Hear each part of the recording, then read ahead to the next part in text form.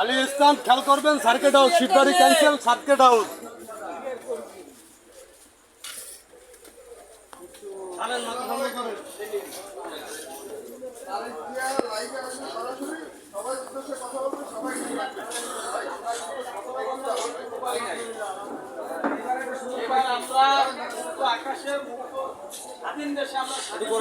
সবাই কোনোই দাঁড়াও। আমরা তরুণরা একসাথে হয়েছি, আমরা যাতে এই দেশকে আরো সুন্দর সুষ্ঠুভাবে যেন নির্বাচন করতে পারি সেই প্রত্যয় ব্যক্ত করছি।